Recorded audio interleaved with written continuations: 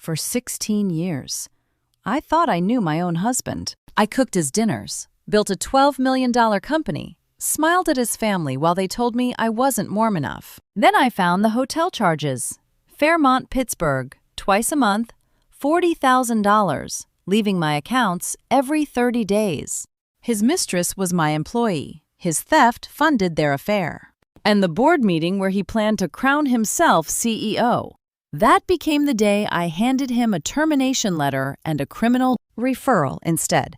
Let me tell you how I got there. Thank you for being here with me today. Before we dive in, drop a quick comment and let me know what's the weather like where you are right now. Your presence here truly matters. Just a quick note, this story includes some fictionalized details added to emphasize the core lesson. What truly matters is the message behind it. $12 million sits in the balance, while the man who stole from me smiles at the board, not knowing I hold the evidence that will end him. I sit perfectly still at the far end of the executive boardroom. Hands folded over a burgundy binder Brent thinks contains quarterly financials. My husband of 16 years stands at the head of the table in a suit I paid for, presenting a PowerPoint about why I should step aside from the company I built while he was sleeping off business school debt. Brent Sinclair, 41, Director of Business Development, a title I gave him to preserve his pride when I cleared his $60,000 loans gestures at. Projected slides showing revenue growth across 8 luxury gym locations in Pennsylvania. The company needs leadership that's present, emotionally invested, he says. I propose a restructure that allows fresh energy at the helm while honoring Simone's extraordinary vision. Every word designed to erase me from the empire I built. Conrad Prescott, 48, board member and commercial real estate partner, sits at the far end watching with careful neutrality. His eyes flick to me once. I give nothing back. Not yet. The binder sits closed. Inside forensic audit results, embezzlement documentation, affair evidence, termination papers. Everything I need to destroy him in 10 minutes. But that comes later. Let me tell you how I got here. 5 months earlier, January 2025. I arrive at the Shadyside flagship gym at 5:45 in the morning. The building is dark, silent. Mine. I unlock the doors, flip the lights, and watch 20,000 square feet of equipment and polished hardwood illuminate. 8 locations, $12 million in valuation. Every tile, every trainer, every contract mine. I walk the floor checking resistance on cable machines. Straightening yoga mats. Adjusting the thermostat to exactly 71 degrees. These details built a $12 million business from a single rented storefront 13 years ago. The first members arrive at 6. I greet them by name. Patricia, Marcus, Ellen. They nod politely and move past toward their routines. By 7:30, the gym hums with morning energy. Treadmills whir, weights clank. The smoothie bar blends protein shakes. I stand behind the front desk reviewing schedules with Katie Marsh, our front desk manager for 3 years. When she glances toward the entrance, "Morning, Mrs. Sinclair," she says absently. Then, brighter, "Mr. Sinclair isn't in yet." "He'll be along," I say. Katie nods, but her attention drifts to the door, waiting. Let me tell you what it feels like to own everything and be seen as nothing. It feels like standing in a building you designed while the staff you hired scans the entrance for someone else. It feels like signing every paycheck, negotiating every contract, then watching employees light up for a man whose only contribution is showing up late. It feels like being a ghost in your own empire. Brent walks through the door at 8:07, 2 hours after I arrived, wearing expensive athleisure I don't remember buying. He's showered, rested, carrying a protein shake from somewhere that isn't our smoothie bar. Katie's face transforms. "Mr. Sinclair, perfect timing. We need your input on the new trainer schedule." He sets down his shake, leans over the tablet. Let me take a look. Then, almost as an afterthought, he kisses my cheek. "Morning, Simone." I smell unfamiliar perfume floral. Expensive. Not mine. "Morning," I say. But he's already focused on Katie's screen, nodding at a schedule I finalized 3 days ago. Looks good. Maybe shift Amanda to more evening slots. She's popular with the after-work crowd. Katie makes the note like it's gospel, Great idea. I sign their paychecks. He signs nothing. Yet I'm the afterthought. 2 more staff members approach with questions ordering resistance bands. A member complaint. He fields both with confident vagueness. Defers to me with casual waves. Check with Simone. She handles operations. But they asked him first. They always ask him first. I watch him work the room for 20 minutes, shaking hands with members, complimenting form, laughing easily. He's good at this part, the performance, the charm, the appearance of leadership. What he's not good at is the spreadsheets I worked on until 11 last night. The vendor negotiations I handled yesterday. The strategic planning I'm running this afternoon. But none of that is visible. What's visible is Brent, smiling and confident, standing in the center of my gym like he built it himself. I built this, every square foot. He just learned to stand in it like he belonged. By 9. I leave for downtown headquarters. Brent stays, holding court. As I push through the doors, I glance back and see Katie laughing at something he said. 3 members gathered around him. Nobody watches me leave. I drive down Fifth Avenue and think about the wire transfer I made 15 years ago and my entire stock portfolio, liquidated to pay Brent's debts so he could start fresh. I think about the corporate structure I established, 100% ownership in my name, because I was the one with capital and credit and a viable business plan. I think about the Director of Business Development title I created for him 3 years later, a role with impressive letterhead and minimal authority. Because I loved him and wanted him to feel valued. I think about 16 years of building something extraordinary while making sure he never felt small beside it. And I think about the morning I just witnessed, where the woman who owns everything was invisible, while the man who owns nothing was celebrated. I didn't know yet that I wasn't just invisible. I was being erased on purpose, one stolen dollar at a time. The signs were there from the beginning if I'd been willing to see them. Numbers don't lie the way people do. $40,000 every month for 3 years, and I never asked where it went. Late January, 4 days after the morning I watched staff treat Brent like he owned the place. I sit across from Vivica Dunn, 52 and CFO for 8 years, reviewing fourth quarter financials in my downtown office. She closes the door with the expression of someone about to deliver bad news she's been holding too long. This marketing line, she says, tapping the spreadsheet on a tablet, $40,000 monthly since 2022. I've asked Brent for backup documentation twice. He says it's third-party analytics consulting. I lean forward, studying the numbers. Perfectly consistent. Not 42 one month, 38 the next. Exactly 40,000 every single month for 36 months. That kind of consistency should be reassuring. Instead, it feels wrong. He's managing our brand partnerships, I say, hearing the defensiveness in my own voice. I'm sure it's legitimate. Vivica doesn't respond immediately. She's worked with me long enough to know when I'm trying to convince myself. You don't think it is? I ask. She sets down the tablet. I think legitimate vendors send invoices. These payments go to an LLC I can't trace. No website, no employees listed, no physical address beyond a P.O. box in Delaware. Delaware, I repeat, where people register companies they don't want traced, she says quietly. I stare at the line item. Marketing consulting. Such a vague, plausible category. The kind of expense a growing wellness company would have, except we already have a marketing department. Except Brent has never mentioned this vendor in any strategic meeting, except the numbers are too clean. Has he given you any documentation at all, I ask? Verbal assurances. Says he'll get me the contracts. Hasn't yet. I close the spreadsheet, my mind already calculating. 40,000 times 36 months. $1,440,000. Flowing out of the company I built to a vendor that doesn't exist. Let me talk to him, I say. Vivica nods, stands to leave. At the door, she pauses. Simone, I wouldn't bring this up if it were just about the money.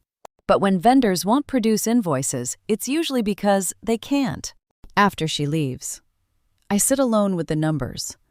Part of me wants to call Brent right now, ask him to explain. The other part, the part that's been watching him accept credit for my work, Watching staff defer to his empty authority, that part waits. I drive home to Sewickley at 7, thinking about patterns I've been too busy to see. The house is dark when I arrive. I check my phone. No message from Brent. I make tea, sit at the kitchen island, and wait. He walks through the door at 9:30. Later than usual, even for him. "Sorry I'm late," he says, setting down his keys. Dinner with the Allegheny corporate wellness buyer ran long. You know how those go. I look at him carefully. Expensive suit. Fresh shave from this morning. Eyes clear. Not the posture of someone who's been in a contentious business dinner. "How did it go?" I ask. "Good. Promising. They're interested in corporate memberships for their staff." His phone buzzes on the counter. He glances at the screen and flips it face down in one smooth motion. "Your phone," I say as it buzzes again. He picks it up, thumbs the side button to silence it. "Just work emails. I'll check it upstairs." He kisses my cheek as he passes, and I smell it. Perfume. Floral and expensive. Nothing I own. Not faint like it would be from brushing past someone in a restaurant. Strong. Like it's been pressed against his collar for hours. You want to know the exact moment you realize your marriage is a performance? It's when you smell someone else on your husband's collar and your first instinct is to pretend you don't. "I'm going to change," he says, already heading for the stairs, phone in hand. I sit in the kitchen, tea cooling in front of me, and replay the past 5 minutes. Late arrival, vague explanation, phone hidden immediately, unfamiliar perfume, and underneath it all, Vivica's voice. 40,000 monthly, no invoices, an LLC that doesn't exist. Upstairs, I hear the shower start. Brent removing evidence, washing away whoever he was with tonight. I walk to our bedroom, close the door, open my laptop. The company credit card management portal loads. I search Brent's card, filter by merchant category, hotels. The Fairmont Pittsburgh, downtown, 4 blocks from our headquarters. 2 charges per month, every other Thursday, same room rate, $312. I scroll back through the history. January, December, November, October. The pattern extends backward through all of last year.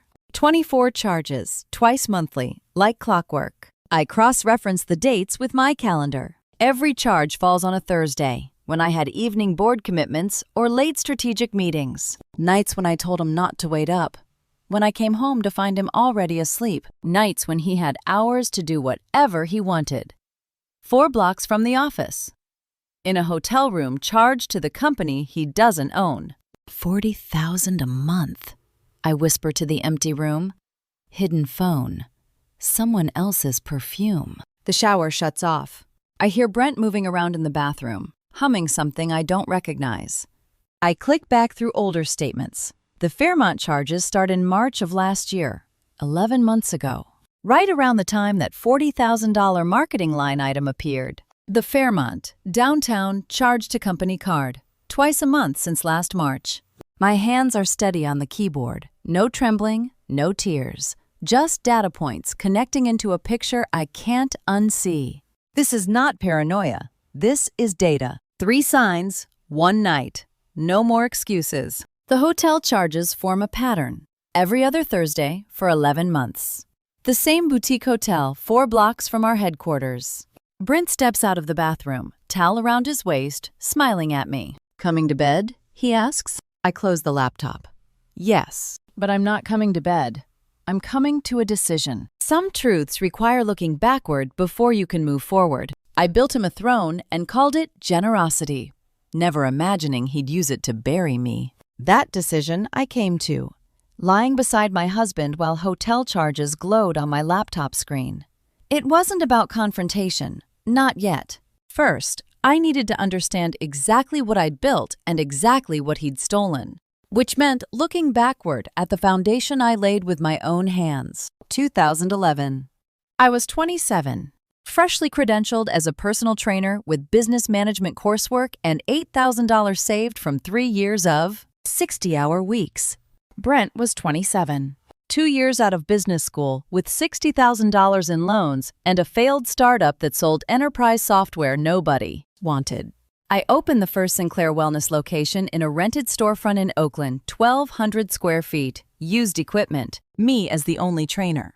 I worked 18-hour days, 6 days a week. Mornings teaching classes, afternoons doing one-on-one sessions, evenings cleaning equipment and updating spreadsheets that tracked every dollar in and out. Brent watched me build it, admiring and increasingly ashamed. His debt collectors called during dinner. Creditors threatened garnishment. He couldn't get approved for a credit card in his own name. 6 months in, I made the wire transfer. My entire savings, plus a small business loan I qualified for alone, cleared his $60,000 in one payment. "The debt is gone," I told him, handing him the confirmation page. "I handled it. Now let's build something together." He cried. Actually cried. Sitting at my tiny kitchen table, holding that piece of paper like I'd given him his life back. Maybe I had. A year later, I opened the second location. Revenue climbing, membership solid, my name gaining recognition in Pittsburgh wellness circles. Brent was working a sales job he hated, making barely enough to cover his half of our cheap apartment rent. I created the position for him. Director of Business Development. Business cards, email signature, a desk at the Oakland location. Director of Business Development, he said, reading the card I'd designed. That sounds official. You sure? I'm sure. You'll represent us perfectly. I'll handle operations and ownership. He never asked why the corporate structure showed 100% ownership in my name. Never questioned why his signature wasn't on the bank accounts or lease agreements. He just accepted the title. The business cards. The desk. And started telling people he worked in wellness management. I told myself I was being smart, protecting the business I'd built before we married, protecting the investment I'd made, clearing his debts. But I was also protecting his pride, giving him a role that looked significant on the surface while keeping the real power exactly where I'd earned it. I'm sure you'll represent us perfectly. I'll handle operations and ownership, I'd said. What does it cost to save someone's pride 14 years later? I can tell you everything. By 2015, 4 locations. By 2027. By now, 8 luxury facilities across Pennsylvania worth $12 million. And Brent's business card still reads Director of Business Development, a title I created out of love that he's worn like armor. Against the truth that he's never actually developed anything. February 2025, early Sunday evening. Doris Bentley, 67 and sharp as broken glass, sweeps into our Sewickley dining room with her usual pronouncements about how her son deserves a warmer wife. She's Brent's mother, retired school administrator from Erie. And she's never forgiven me for being more successful than her son. "Simone, dear," she says, settling into her chair with the air of someone preparing to hold court. "Such a lovely table. Though I do hope you didn't spend all day at the office again. A man needs warmth at home, not a business partner." Yvonne Holbrook, 38, and Brent's younger sister, smiles apologetically across the table. A gesture I've learned means she knows her mother is being cruel, but won't intervene. She's a marketing consultant from Harrisburg. Conflict avoidant by nature, complicit by silence. "I made the salmon this morning," I say, serving the main course, "before I went to the gym." "Before," Doris repeats, shaking her head. "Brent works so hard managing that company. He deserves a wife who's present." I glance at Brent, waiting for him to correct his mother, to mention that I own the company, that he manages nothing. He cuts his salmon, says nothing. "Mom has a point," he offers after a long silence. "You're always in spreadsheets, Simone. Sometimes I wonder if you remember we're married." The salmon tastes like ash in my mouth. "The salmon is wonderful, Simone," Yvonne says quietly, her apology for what's happening. Doris launches into stories of Brent's childhood ambition, his natural business sense, his tireless dedication to building the wellness brand. Every sentence carefully constructed to give him credit for my work, every word designed to diminish what I've built. I rise to clear plates, bring out the tiramisu I made at 5 this morning before my workout. While I'm in the kitchen, I hear Doris's voice carrying from the dining room. Marriage is about serving each other, Perhaps if she focused less on the gym and more on her husband, he wouldn't look so tired all the time. I return with dessert. Serve it in silence. Brent reaches over, squeezes my hand.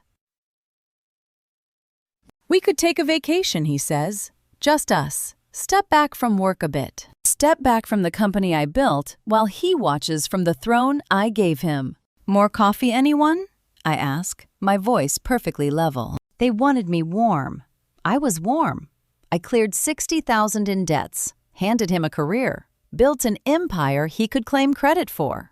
Apparently, that wasn't the kind of warmth they meant. I pour coffee, slice tiramisu. Listen to Doris explain what makes a successful marriage. Brent squeezes my shoulder, grateful I'm taking the feedback well. I smile at him, the man whose debts I paid, whose title I created, whose affair I'm starting to map with hotel receipts and unexplained expenses. I refill his coffee, meet his eyes. Let him think I'm the same woman who built him a throne and called it generosity. They wanted me to be warmer. I was about to show them exactly how cold I could be. First, I needed to know exactly how much he'd stolen. It took Vivica and me 4 hours to find every dollar he stole, and 1 minute to understand I'd been funding my own betrayal. 2 days after Doris lectured me about being a better wife, I called Vivica at 9 p.m. and asked her to meet me at the office. She didn't ask why. She just said she'd be there in 20 minutes. Mid-February, 11 o'clock at night. The executive conference room at our downtown headquarters is dark except for the glow of 2 laptops and the overhead lights we left off deliberately. 3 years of bank statements spread across the table. Company credit card records, vendor invoices, everything financial that passes through Sinclair Wellness Group. Start with the marketing line, I say. Show me everything. Vivica pulls up the shell company registration. The LLC is registered to a P.O. box in Wilmington, Delaware. No physical address, no website, no employees listed anywhere I can find. But the EIN, I say. The EIN traces back to Articles of Incorporation filed March 2022. She turns her screen toward me. Brent signed them, right here. Director of Business Development, authorized signatory for Sinclair Wellness Group. I stare at his signature, confident, practiced. The same signature he uses on birthday cards. The same signature that has no legal authority over my company because he owns exactly 0% of it. Show me everything else, I say. We work in silence for the next 2 hours. Vivica pulls transaction records while I cross-reference against approved budgets and actual deliverables. The pattern emerges slowly, then all at once. Marketing consulting to the Delaware LLC, $40,000 monthly, 36 months, no services rendered. Equipment purchases from vendors that don't exist, gym machines that never arrived, payment terms that make no sense. Invoices with fabricated serial numbers. Consulting fees to 3 different firms registered to P.O. boxes, all filed within weeks of each other, all with Brent's signature on the approval forms. IT infrastructure upgrades charged to the company but never installed in any of our 8 locations. Travel expenses for industry conferences he never attended. Every category camouflaged just well enough that a busy CEO focused on growth wouldn't notice. Every amount just small enough that automated systems wouldn't flag them. Every theft engineered by someone who understood exactly how I ran my business because I'd trusted him with the information. How much total? I ask, my voice flat. Vivica's fingers move across her calculator. She double checks, checks again. When she finally speaks, her voice is quiet. 1.8 million, give or take 20,000. She pauses. I'm so sorry. Simone, $1.8 million. My husband stole $1.8 million from the company I built to save him from debt. I don't cry. I don't scream. I sit very still and let the number settle into my bones. $1.8 million over 3 years means $50,000 a month on average. Means he stole more than I paid him in salary. Means every kind word, every squeeze of my shoulder, every time he called me cold for working late was cover for systematic theft. The hotel charges, I say. Show me the pattern. Vivica pulls up the credit card records. Filters for the Fairmont Pittsburgh. 24 charges over 11 months, each for $312. She overlays them on a calendar. Every charge is a Thursday night, she says. I open my calendar, compare dates, my standing board meetings, the strategic planning sessions that ran late, the quarterly reviews that kept me at the office past 9. He scheduled it around my calendar, I say. He used company cards for the rooms, Vivica says quietly. We paid for his affair. You paid. Methodical. Planned. Not crimes of passion or impulse. Scheduled theft of time and money simultaneously. Engineered around my work commitments. Funded by the company I built with my own hands. I think about Doris telling me I should focus less on work and more on my husband.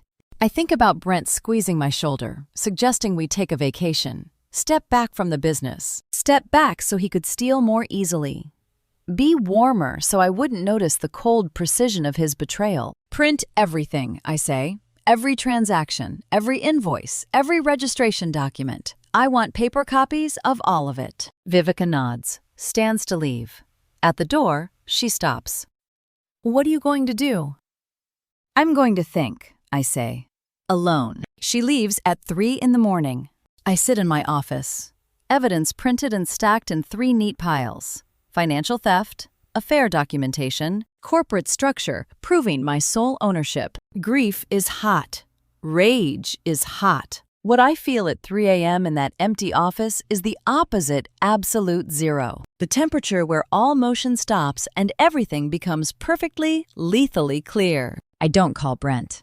I don't drive home and wake him up demanding explanations. I don't cry into the phone with my lawyer or my friends. I open a new Excel file. I title it Reconciliation. I create tabs, Evidence, Legal Strategy, Timeline, Assets, Termination Protocol.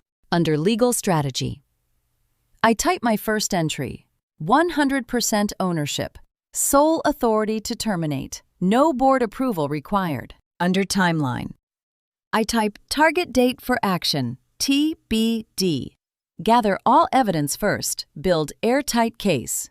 Under Assets, I type 8 locations, 12 million valuation, 0 debt, all mine. $1.8 million, I whispered to the empty office. 16 years of marriage, 8 locations, 1 owner. The breaking point isn't emotional, it's tactical. The shift from wife to CEO doesn't happen in tears or screaming. It happens in a spreadsheet at 3 in the morning. When you stop asking why someone betrayed you and start documenting exactly how they'll pay for it. He wants a warmer wife. I'll give him a colder CEO. I type the last entry. Phase 1, document everything. Phase 2, prepare legal termination. Phase 3, choose the moment. I save the spreadsheet with password protection Brent will never guess. I close my laptop. I sit in the dark for a long moment, listening to the building settle around me. In 6 hours, Brent will wake up in our bed and kiss me goodbye like he always does. In 6 hours.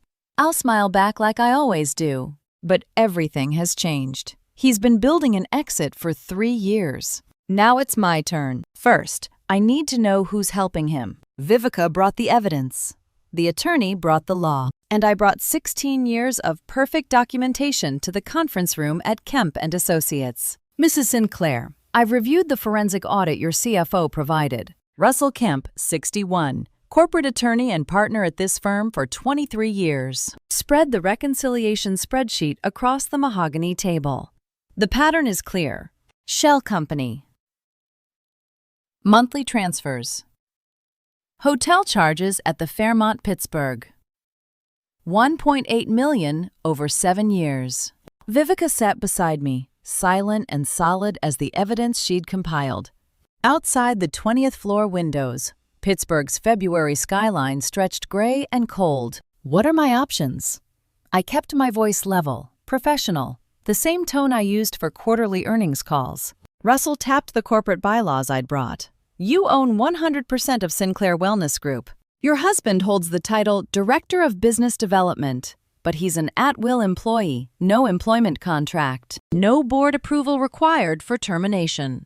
The twist landed clean and sharp. I could fire Brent tomorrow, today, right now, if I wanted. But I wouldn't recommend it. Russell continued. Not yet. Embezzlement of this magnitude is a Class A felony in Pennsylvania. 7 to 20 years minimum if you want criminal prosecution, not just termination. You need an airtight case. How long? 4 months, maybe 5. The district attorney will want transaction records, witness statements, digital forensics, every transfer documented, every shell company registration traced, every business justification disproven. Your CFO has given us an excellent foundation, but we need to build this carefully. Vivica finally spoke. We target the May board meeting. Give ourselves until then to compile everything the DA needs. Present the evidence publicly, terminate him, and have law enforcement waiting. Russell nodded. That timeline works. It also prevents him from establishing any defense of authorized business expenses or implied consent. The longer you document without his knowledge, the stronger the case. 4 months. That's how long the attorney said I needed to build a case that would put my husband in prison. 16 weeks to smile across the breakfast table while cataloging his crimes. 120 days of perfect deception. I could do it. I'd already been doing it for 3 weeks since discovering the first transfer. What about asset protection? I asked. If he realizes I know, he could drain accounts, hide funds. Freeze what you can legally freeze, Russell said. Company accounts, investment portfolios. Your personal joint accounts are trickier without tipping him off. I recommend moving funds gradually to accounts in your name only. We spent another hour mapping the strategy. Documentation protocols, communication procedures, how to involve law enforcement at the right moment. When I finally stood to leave, Russell shook my hand. You're doing the right thing, Mrs. Sinclair, taking the time to do this properly. I wasn't sure about right, but I was certain about thorough. 3 days later, I stood in the ballroom of the Omni William Penn Hotel at the Western Pennsylvania Healthcare Leadership Conference. 200 industry executives networked over wine and passed appetizers. I'd attended this event annually for 12 years, building relationships that had grown Sinclair Wellness Group from a single location to 17. I was talking to Marcus Webb from Gateway Health Systems when I saw them. Brent entered through the main doors at 7:15. He'd told me this morning he was visiting the Cranberry Township location for a quarterly review. But here he stood in a navy suit I'd never seen, and beside him walked Chiara Valencia. I knew her by reputation. 29, Partnerships Manager at Wellness Dynamics, one of our smaller competitors. She'd been circling our accounts for 8 months, trying to poach corporate clients with aggressive pricing. I knew her from our records, too. Registered agent on Meridian Business Solutions, LLC, the shell company receiving $40,000 monthly from my business accounts. But watching them move through the crowd, I learned something new. The way his hand settled at the small of her back, the way she leaned into his shoulder when he whispered something, the way they smiled at each other like they were the only 2 people in a room of 200. They weren't just partners in embezzlement, they were lovers. The realization hit with perfect crystalline clarity. This wasn't about business strategy or financial opportunity. This was about Brent building a life with someone else, funding it with money he'd stolen from the company I'd built. Marcus was still talking about value-based care models. I nodded at appropriate intervals while tracking Brent and Chiara across the ballroom. They weren't hiding. They were celebrating, touching, laughing, playing the role of legitimate industry colleagues while 17 people separated us. They weren't hiding. They were celebrating what they thought I'd never discover. Simone! Brent's voice cut through the ambient conversation. He was walking toward me, Chiara beside him, both smiling like this was perfectly normal. I didn't know you'd be here tonight. Last-minute decision, I said smoothly. The Cranberry review finished early. Wrapped up by 4. Chiara mentioned the conference, so I figured I'd network. He gestured between us. Have you 2 met Chiara Valencia, Partnerships Manager at Wellness Dynamics? Chiara, my wife, Simone Sinclair. I extended my hand. Her grip was firm, confident, the handshake of someone who believed she was winning. I memorized everything. The silver bracelet on her left wrist, the small scar above her right eyebrow, the exact shade of her lipstick, the way her pupils dilated slightly when Brent said, "my wife." Every detail I'd need when I added her name to the termination papers in exactly 9 weeks. The fascinating thing about watching someone plot your downfall is the moment you realize they've handed you the blueprint for theirs. I shook Chiara Valencia's hand at that networking event and memorized every detail. But I didn't need 9 weeks. Brent accelerated the timeline himself. 2 weeks later, mid-March, I sat in our executive boardroom for the quarterly meeting. Brent stood at the head of the table presenting the financial review. Numbers looked strong, of course they did. I'd built the company, but his tone carried something new. Concern. Performative concern. "Simone's done incredible work building this from nothing," he said, gesturing to the growth charts. 17 locations, 20 million in annual revenue. It's extraordinary what one person accomplished. Past tense, what one person accomplished. Conrad Prescott sat 3 seats to my left, listening without expression. The other board members, the VECA, 2 external advisors, watched Brent with careful attention. "But we need to have an honest conversation," Brent continued, "about sustainability. Whether the founder-operator model still serves a company this size. Maybe it's time we structure leadership to support Simone better, bring in professional management, protect the brand she created." The phrasing was beautiful.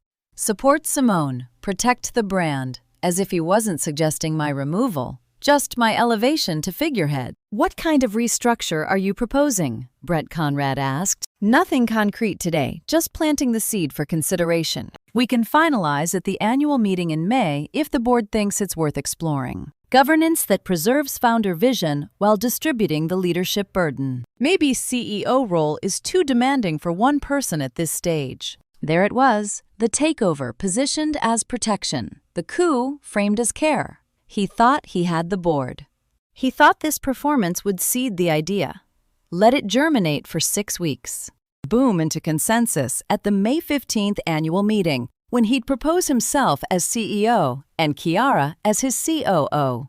The meeting adjourned with polite nods. Brent looked satisfied. He'd planted his seed. He had no idea it had fallen on salted ground. Before I tell you who actually controlled that room, are you still with me? Comment A if you think Brent has real board support, or B if someone's playing him, and add one short reason so I can see how you're reading this. A quick note, the next part includes some dramatized details to convey the emotional stakes and message. What matters is the lesson behind it. 1 week later, late March. I sat across from Conrad Prescott at a cafe on 5th Avenue in Oakland. Morning light streamed through the windows. Conrad had requested this meeting through Vivica private, urgent, in person. He slid a folder across the table. "He approached me 6 weeks ago," Conrad said quietly. "February 10th. Wanted my support for a governance restructure. By the 3rd conversation, he was explicit. Move you to Chairman Emeritus at the May meeting. Install himself as CEO. Bring in Chiara Valencia as COO. I kept my hands steady on my coffee cup. And you said... I told him I'd think about it. Called Vivica that night. She put me through to you." The memory clicked. February 11th. Vivica's cryptic text. The phone call in my home office while Brent watched television downstairs. Conrad's calm voice. "You need to know what your husband is building." "You've been feeding me his strategy this whole time," I said. "Every word, every conversation, every board member he's approached, every timeline adjustment, he thinks I'm his ace. He thinks he has 3 secured votes for me, plus 2 external advisors. He has no idea I'm yours. His ace was mine. His entire strategy was mine. He'd been building a coup while I built the gallows." "Why?" I asked. Conrad's expression hardened. "My sister built a business. Her husband and his girlfriend embezzled from it for 5 years. By the time she discovered it, they'd bankrupted her and disappeared to Costa Rica. When Vivica told me what you'd found, I knew exactly what I was watching. Personal history, the reason people choose sides. What's his full plan?" I leaned forward. Conrad opened the folder. Inside, printed emails, recruitment notes, a draft governance charter, all in Brent's own words. May 15th Annual Board Meeting. He plans to present the governance restructure as a motion. You'd retain chairman title and equity, but zero operational authority. All decision-making transfers to him as CEO. He spent 2 months recruiting votes. He believes he has the majority. Does he? No. The 2 external advisors told him maybe to string him along. They both called me after to ask if you knew what he was doing. Everyone on that board owes their seat to you. He mistook politeness for loyalty. I flipped through the emails. Brent's voice leapt off the pages. Time to professionalize leadership. Founder fatigue is real. She'll be relieved to step back. He documented everything. Dated, time-stamped, authenticated. He wants May 15th to be his coronation, Conrad said. Board vote, governance change, CEO transition, all public. Public is good, I said. I prefer an audience. Conrad studied me. You're not just firing him. I'm destroying him. Criminal charges, asset seizure, public exposure, imprisonment. He stole $1.8 million and plotted to steal my company. May 15th, he'll walk into that boardroom thinking he's won. Instead, he'll walk out in handcuffs. What do you need from me between now and then? Keep being his ace. Let him feel safe. If he asks for your vote confirmation, give it. I want him confident, relaxed, unsuspecting. Conrad extended his hand across the table. We shook. My sister never got justice, he said. But you will. May 15th. He'd chosen the battlefield. He didn't know I'd already mined it. I walked out of that cafe with Brent's complete takeover plan in my bag and Conrad's loyalty in my pocket. 6 weeks until the annual meeting. 6 weeks until Brent stood before the board to propose his governance restructure. And I stood up with Russell Kemp, the forensic audit, the embezzlement evidence, and law enforcement waiting in the lobby. He thought he'd recruited 3 board votes. He'd actually recruited 0 and handed me documented proof of conspiracy to defraud. He was building a coronation. I was building an execution. And he'd chosen the date himself. The night before you destroy someone's life. You check your work twice, not because you're uncertain, but because you only get 1 shot. I spent 6 weeks preparing. 6 weeks watching Brent smile across the breakfast table while Conrad fed me every detail of his coup. 6 weeks moving money. Documenting conversations. Building the case Russell Kemp promised would put him in prison. Now, May 14th at 9 p.m. I sat in my executive office with Vivica, reviewing the evidence binder one final time. 3 sections. Tab 1, Embezzlement Documentation. Every transfer to Meridian Business Solutions, LLC traced and verified. Shell Company registration with Chiara Valencia as registered agent. Hotel charges at the Fairmont Pittsburgh. Vendor invoicing fraud. 7 years of systematic theft totaling $1.8 million. Tab 2, Affair Evidence. Photographs from the networking event. Text message records. Russell's investigators pulled from company devices proof that Chiara wasn't just his mistress, but his co-conspirator, partner in both bed and crime. Tab 3, Termination Paperwork. Employment at will documentation. Criminal referral to the district attorney. Asset freeze orders. Everything ready for signature and execution. You've checked this a dozen times, Vivica said quietly. It's airtight. I know. I turned another page anyway. But tomorrow, I stand up in front of 8 people and accuse my husband of felony theft. I need more than airtight. I need bulletproof. Vivica reached into her briefcase and pulled out a sealed envelope. Ernst & Young logo in the corner. Then you'll want this. I commissioned an independent forensic audit 6 weeks ago. External verification of every transaction you documented. It arrived this afternoon. I stared at her. You brought in Ernst & Young? You're not just bringing accusations tomorrow, Simone. You're bringing institutional proof. Third-party validation. When you open that binder, you're not speaking as a betrayed wife. You're speaking as CEO with documentary evidence backed by one of the largest accounting firms in the world. I broke the seal.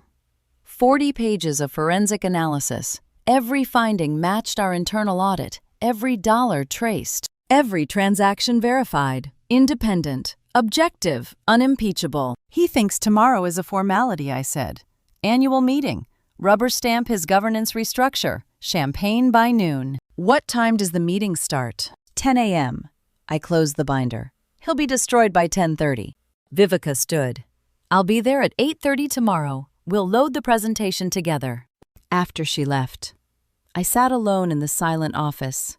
Outside the windows, Pittsburgh's skyline glittered against the night. Somewhere out there, Brent was probably celebrating with Kiara, toasting his impending coronation, playing the leadership transition he thought would strip me of the company I'd built. 16 years of marriage can be dismantled in 30 minutes if you've documented every lie. I drove home to Sewickley just before midnight. Brent was already asleep. I climbed into bed beside the man I was going to destroy in 10 hours and slept perfectly. May 15th, 7 a.m. I woke to the sound of Brent in the shower, humming. When he emerged, he wore the custom navy suit he'd bought last month. New tie, expensive watch I'd never seen, cologne applied with the confidence of someone who believed he'd already won. I made coffee in the kitchen, watched him check his reflection in the hallway mirror, adjusting his collar, rehearsing small talk under his breath. Big day, he said, accepting the coffee mug. By tonight, everything changes. The company gets real leadership structure. Finally. You've worked hard for this, I said. He smiled, set down the mug, cupped my face with both hands like I was a child who needed reassurance. Don't stress about the board meeting, he said gently. This is business stuff, operational governance, management restructure. I'll handle it. You just relax today. Maybe get lunch with friends. Go to the spa. Let me take care of everything. The patronizing kindness in his voice was exquisite. Relax. Let me handle it. As if I hadn't built every brick of the empire he thought he was stealing. As if I was too delicate to understand business matters. He kissed my forehead. I'll see you tonight. We'll celebrate. I handed him his briefcase. Good luck. He walked out the door to his car, confident and smiling. He had no idea what I'd packed in my briefcase the night before. 8:30 a.m. I arrived at downtown headquarters separately. The Ernst & Young forensic audit sat in a sealed envelope on my desk. I placed it in the binder. Final section. Irrefutable proof. Board members began arriving at 9. Conrad entered first, gave me a slight nod, shook Brent's hand with perfect performance. The two external advisors arrived together, both polite and professional. Vivica moved through the lobby with quiet efficiency, ensuring the conference room was prepared. 9:15. Brent arrived with Chiara Valencia beside him. She carried a leather portfolio, positioned as his strategic advisor for the leadership transition. They moved through the lobby like they owned it. I approached with a warm smile. Chiara, I'm glad you're here today. This is important. Wouldn't miss it, she said. The confidence in her voice was beautiful. She thought she was about to become COO of a $12 million company. Brent worked the room, shaking hands, making small talk. Appreciate you all making time for this transition discussion. Exciting day for Sinclair Wellness Group. 9:30. Everyone gathered near the boardroom. Coffee poured, small talk exchanged, normal pre-meeting rhythm. 9:45. People began moving toward seats. Brent reviewed his presentation on his laptop. Chiara organized her notes. Conrad sat quietly. Vivica caught my eye, gave the smallest nod. You want to know what power feels like? It's watching someone walk confidently toward the trap you built, knowing they think you're too weak to have built anything at all. 9:50. Board members took their seats. 8 people around the table. Brent at the head with his governance restructure presentation loaded on the screen. Chiara beside him, ready to take notes on her new executive role. Me at the far end with my binder. Brent thought it contained quarterly financials, standard CEO materials for an annual meeting. He had no idea it contained his destruction. 9:58. The boardroom doors closed. Conrad caught my eye one last time. I nodded. Outside the windows, May sunlight streamed across Pittsburgh. Inside this room, 8 people waited for a routine annual meeting to begin. 7 of them had no idea what was about to happen. 1 of them had planned every second. The clock hit 10 a.m. Brent stood, smiled at the assembled board, and began to speak. He spoke for exactly 11 minutes about my incompetence before I ended his career in 30 seconds. Brent stood at the head of the boardroom table, presentation loaded on the screen behind him, confidence radiating from every gesture. The first slide showed Sinclair Wellness Group's growth trajectory, 17 locations, $12 million in annual revenue, numbers I'd built from nothing. Simone built something extraordinary, Brent began, his voice warm and appreciative. But as we've seen in countless founder-led companies, there comes a point where operational complexity outpaces individual capacity. Finder fatigue is real. It's not a criticism, it's biology. He clicked to the next slide. Organizational chart showing CEO, COO, executive layer. I propose we honor Simone's legacy by transitioning her to Chairman Emeritus. She retains equity, board seat, founder recognition, but operational authority transfers to professional management better equipped for this phase of growth. Another click, his photograph in the CEO box, Chiara's photograph in the COO box. I've served as Director of Business Development for 7 years. Ms. Valencia brings strategic partnerships expertise. Together, we've prepared a 90-day transition plan that preserves everything Simone created while positioning the company for sustainable scaling. He spoke about my company like I wasn't in the room, about my capacity like I was a broken machine that needed replacing. The board members listened with professional attention. 2 external advisors took notes. Conrad sat motionless. 11 minutes. He talked for 11 minutes about how I wasn't fit to run my own business. So I'm proposing we vote today, Brent concluded, smiling. Transition operational authority while honoring founder status. Questions? I raised my hand. Before we vote on leadership transition, I said calmly, I'd like the board to review something first. I opened my binder, connected my laptop to the projector. The first page filled the screen. Ernst & Young letterhead. Independent forensic audit, Sinclair Wellness Group financial irregularities. The temperature in the room dropped 10 degrees. This concerns $1.8 million in unauthorized transactions. I continued, voice steady and professional. Discovered during internal review, validated by external audit. I thought the board should see it before making governance decisions. Brent's face went from confident to confused. Simone, what is this? Embezzlement. Brent. The technical term is embezzlement. I clicked to the next slide. Bank statements showing monthly transfers to Meridian Business Solutions LLC. $40,000 every month for 7 years. Would you like to explain the Delaware Limited Liability Company you and Ms. Valencia registered together in January 2018? I watched the exact moment he understood.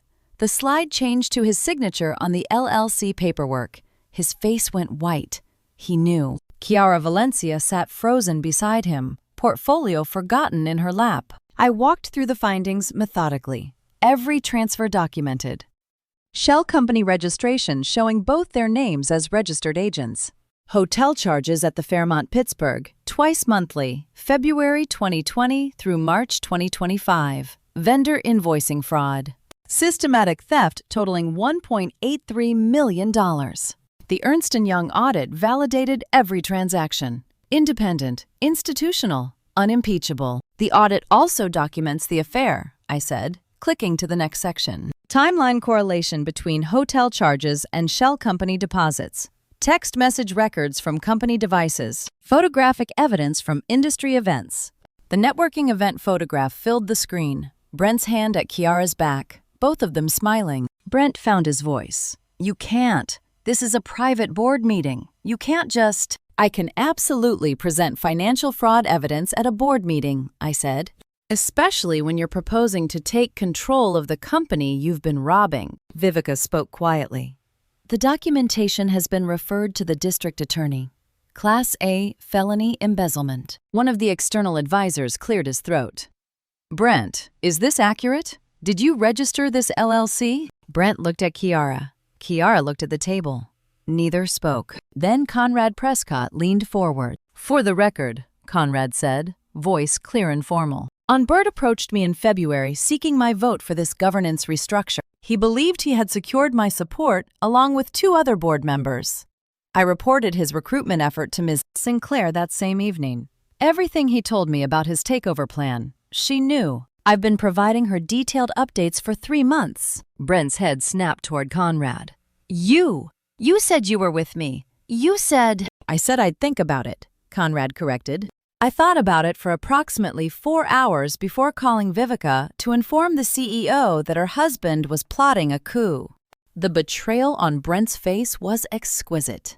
His ace, his secured vote, his most trusted ally had been mine the entire time. You've known for months. Brent turned to me, voice breaking. This whole time? You've been documenting, I finished, building a case, waiting for you to walk into this room thinking you'd won. I slid a document across the table. Termination letter on company letterhead. I own 100% of Sinclair Wellness Group. You're an at-will employee who embezzled $1.8 million and conspired with your mistress to steal my business. You're terminated, effective immediately. Criminal referral to the district attorney is attached. Brent stared at the letter like it was written in a foreign language. Chiara Valencia, you're also terminated. I continued. Your employment ended the moment you registered as an agent on that LLC. Security will escort you both out. You want to know what 16 years of marriage is worth? Exactly $1.8 million and 30 minutes of humiliation. The boardroom door burst open. Doris Bentley pushed past security, phone in hand, Yvonne right behind her. Brent must have texted them when he saw the first slide. Doris looked at the projected evidence on screen, at the Ernst & Young letterhead, at Chiara frozen beside her son, at the termination letter in Brent's shaking hands. She looked at me. What have you done? She whispered. I met her eyes, remembered every family dinner, every criticism, every condescending comment about my career, my choices, my failure to make Brent's life comfortable enough. A marriage requires sacrifice, Doris, I said quietly. He should have sacrificed better. Security stepped forward. Brent stood slowly, termination letter clutched in his hand. Chiara gathered her portfolio with shaking fingers. They walked toward the door together. The leadership team they'd planned to become. Doris followed them out, one hand over her mouth. The boardroom door closed. 8 people remained, 7 board members and me. Outside the windows, Pittsburgh sunlight streamed across the city. Inside this room, complete silence. I closed my binder. Now, I said, shall we discuss actual business? Justice has a price tag, and mine was measured in empty chairs at Sunday dinner and a bedroom I no longer had to share. The board meeting continued for another hour after security escorted Brent and Chiara out. We discussed quarterly projections, operational continuity, messaging strategy, professional. Like I hadn't just destroyed my husband's life in front of 8 witnesses. When it ended, I drove to Russell Kemp's office to begin the legal machinery. 1 week later, late May, I sat across from Russell reviewing the cascade of formal proceedings. Employment termination finalized, Russell said. No severance per the embezzlement clause. Chiara Valencia's termination processed simultaneously. Both escorted out May 15th. Neither has attempted to return. And the criminal charges. DA filed yesterday. Both defendants, Class A felony embezzlement. Pennsylvania statute allows 3 to 7 years. I've expected weeks of deliberation. The DA moved in 6 days. The forensic audit made it easy. Russell continued. Ernst & Young's institutional backing, your documentation, the shell company registration, they've never seen a cleaner case. DA prioritized it. Civil recovery. Filed simultaneously, $1.8 million plus treble damages under Pennsylvania fraud statutes. You'll recover everything, likely more. His attorney called this morning asking to negotiate. No negotiation, I said. He took everything he could reach. I want everything back. Divorce petition filed citing adultery and financial fraud. Russell added, on the criminal charges and documented affair, this will be straightforward. You'll retain full company ownership. Marital assets split heavily in your favor. Vivica sat beside me, silent and solid as always. Doris Bentley, I asked. Russell checked his notes. No contact. Yvonne Holbrook. No contact. His attorney requested you refrain from direct communication with his family. I told him you had no intention. That was true. I had nothing to say to them. What's the market rate for reclaiming your life? For me, it was $1.8 million in stolen money, 16 years of a hollow marriage, and a mother-in-law's permanent contempt. Bargain. I returned to headquarters that afternoon. The building felt different, lighter, like something toxic had been extracted. Viveka and Conrad met me in my executive office. The team is solid, Viveka said. Everyone who matters stayed. Staff who worked with Brent were skeptical at first. Then the DA filed felony charges and Ernst & Young's report circulated. Now they understand this wasn't personal vendetta. This was corporate defense. Board voted unanimously last week, Conrad added. Ratified all terminations. Affirmed complete support for your continued sole leadership. 2 external advisors specifically mentioned they'd been waiting for you to remove him for years. I absorbed that. Years. People had watched Brent perform competence while contributing nothing. Anyone from his family contact you? Viveka asked gently. I showed her the single text from Doris Bentley. 3 words. You destroyed my son. Nothing from Yvonne. Nothing from anyone else. Radio silence. Permanent. Good, Viveka said. You don't need people who only valued you as Brent's support system. Conrad leaned back. Board meeting next month. You want me to prepare anything specific, or just confirm you're still running this show alone? Alone is fine, I said. Alone is what I built this from in the first place. They left an hour later. The office fell quiet. I stayed, reviewing quarterly projections, operational reports, expansion plans that had nothing to do with destroyed marriages or criminal proceedings. Sinclair Wellness Group was stable, revenue unaffected by the scandal, 17 locations running smoothly. Staff morale actually improved. Turned out removing a hollow figurehead who took credit for others' work was good for company culture. On paper, I'd won completely. Full ownership secured, criminal charges filed, marriage ended. Embezzled funds recoverable through civil judgment. Personal costs tallied. Brent gone. In-laws severed. 16 years erased. Empty house in Sewickley. No one to cook for. No one to pretend for. But also, no one stealing from me. No one erasing me. No one treating my company as his trophy. The silence wasn't punishment. It was peace. I closed the quarterly reports, looked out at Pittsburgh's evening skyline. This city had watched me build something from nothing. It had watched me defend it. It would watch me expand it. Doris was right about one thing. Marriage does require sacrifice. I'd sacrificed the wrong version of myself for 16 years. The version that smiled through condescension, that cooked dinner for a man who came home from stealing my money, that played the supportive wife while building an empire he thought he could take. That version was gone. This version, the one sitting alone in her office at 7 p.m. reviewing expansion projections, this version was real. They wanted me to be warm. I gave them the coldest, most perfectly executed corporate termination Pennsylvania case law allows. Turns out I had warmth all along. I was just spending it on people who mistook it for weakness. The house in Sewickley was too big now, too many rooms that echoed with voices I didn't miss.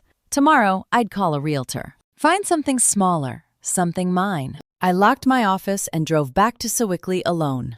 The house was dark, enormous, silent. Brent's belongings already removed per court order. His attorney had hired movers while I was at headquarters. I walked through rooms that used to echo with his voice and felt nothing but relief. The master bedroom, where I'd slept beside him for 16 years. Empty now. I'd buy new furniture, new sheets, new everything. The kitchen, where I'd made countless dinners for family gatherings that were really performance reviews of my adequacy. Silent now. I'd cook for myself. Or not cook at all. I stood in the center of the living room. 16 years of marriage had happened in this house. 16 years of becoming smaller so Brent could feel bigger. Of building a company while he took credit. Of funding his lifestyle while he stole from the accounts. All of it over. All of it gone. And I felt nothing but relief. The solitude wasn't the cost of justice. It was the reward. Freedom from 16 years of performing for people who never valued me. Tomorrow I'd start looking for something smaller, something mine.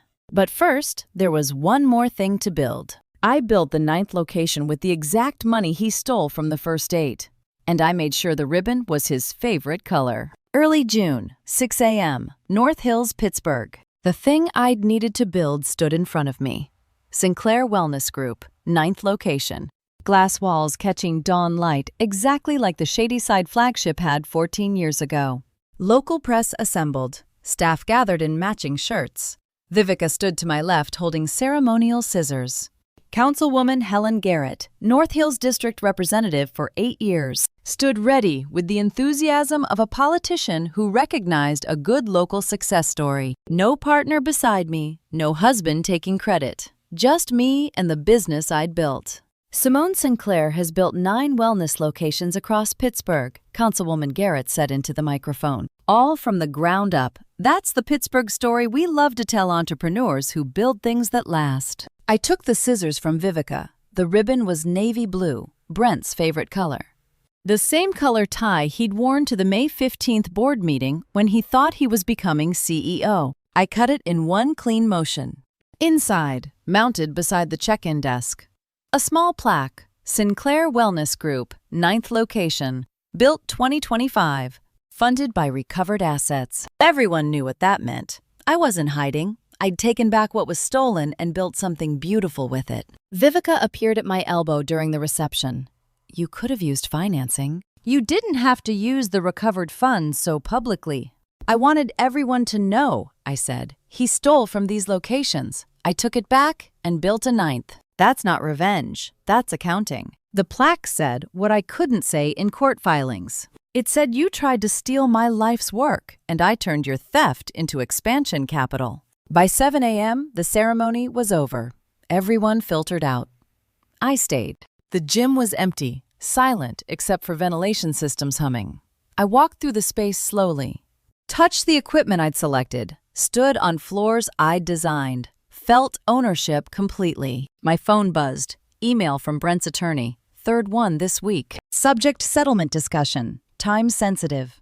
3 paragraphs of legal language boiling down to Brent wants to negotiate on the civil suit to avoid trial. Willing to discuss payment terms. Requesting meeting.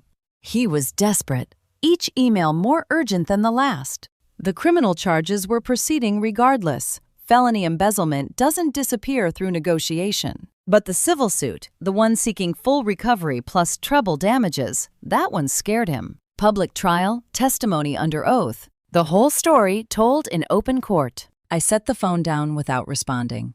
Didn't need to answer today. Or this week. I had time.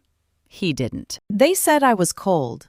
Ice preserves things. Heat destroys them. 16 years later, I'm still standing, and they're ashes. I walked to the center of the gym floor. Same position I'd stood in at Shadyside 5 months ago in January, when Brent walked in late and staff deferred to him like he'd built it.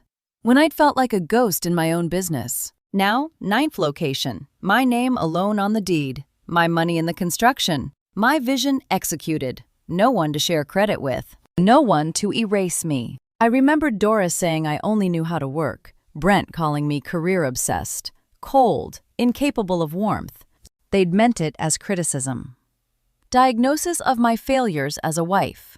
They were right. I did choose work. Because work never lied. Work never stole. Work never pretended I was less than I was. I poured 16 years into building Sinclair Wellness Group, and it gave me back exactly what I invested. No deception, no betrayal, just honest return on honest effort. I'd poured 16 years into a marriage, and it gave me back theft, adultery, attempted coup, and contempt. The ROI couldn't have been clearer. 5 months ago, I stood in my own gym and felt invisible. Today, I stood in my 9th gym and felt exactly like who I'd always been, just visible now, just acknowledged. Brent said I only knew how to work. Doris said I needed to be warmer, more giving, more sacrificial. They were both diagnosing the same thing. I invested in what gave returns, and I stopped investing in what didn't. That wasn't coldness. That was intelligence. Being called obsessed by someone who stole your work is like being unreasonable by someone who lied. It tells you nothing about yourself and everything about them. The gym equipment gleamed in morning light. Top-of-the-line machines, strength stations, yoga studio with bamboo floors, locker rooms with heated tiles. Every detail chosen by me, every dollar accounted for, every decision mine. Brent was facing 3 to 7 years in prison. Kiara was facing similar charges. His attorney was sending increasingly desperate emails. Doris had sent one hostile text and then silence. Yvonne had sent nothing. And I was standing in my 9th location, built with recovered funds, opening for business at dawn. The insult was the answer. Being called cold by people stealing your warmth isn't an insult. It's proof you finally stopped giving to those who only took. Work was the only thing that never betrayed me. That's exactly why I chose it. That's exactly why I still had everything. I walked to the front doors, unlocked them, flipped the sign to open. Morning light poured through glass walls onto equipment I'd chosen, floors I'd designed. A business I'd built 3 times over from nothing. 9 locations, all mine, all built by the woman they'd called cold and career-obsessed. Brent was right about one thing. I only knew how to work. That's exactly why I still had everything, and he had nothing left to steal. And to you listening to my story, remember this. The person who steals from you is counting on your silence. I wish I'd trusted my instincts sooner. The signs were there. The defensiveness when I asked questions, the mysterious charges, the way Brent always made me feel like I was overreacting. I spent years making myself smaller so he could feel bigger. Don't make my mistake. When something feels wrong, it usually is. Document everything. Trust yourself. Your intuition isn't paranoia, it's protection. This family betrayal taught me something I'll carry forever. Being called cold by people stealing your warmth isn't an insult. It's proof you finally stopped giving to those who only took. This karma story isn't about revenge. It's about reclaiming what's yours. Work, ambition, building something with your own hands. Those aren't character flaws, they're survival skills. I believe God put me through this to show other women that choosing yourself over a hollow marriage isn't selfishness. It's wisdom. The calm mom stories we tell ourselves about sacrifice and duty, sometimes they're just excuses to accept less than we deserve. If this karma story resonated with you, please share it with someone who needs to hear it. Leave a comment. What would you have done in my position? Have you experienced family betrayal in your own family? Your story might help someone else feel less alone. And if you haven't already, please subscribe to Karma Family Stories. These calm mom stories about justice and resilience need to be told. Thank you for staying until the very end. This story contains fictionalized elements for storytelling and reflection. What matters is the message. You deserve to be visible in your own life.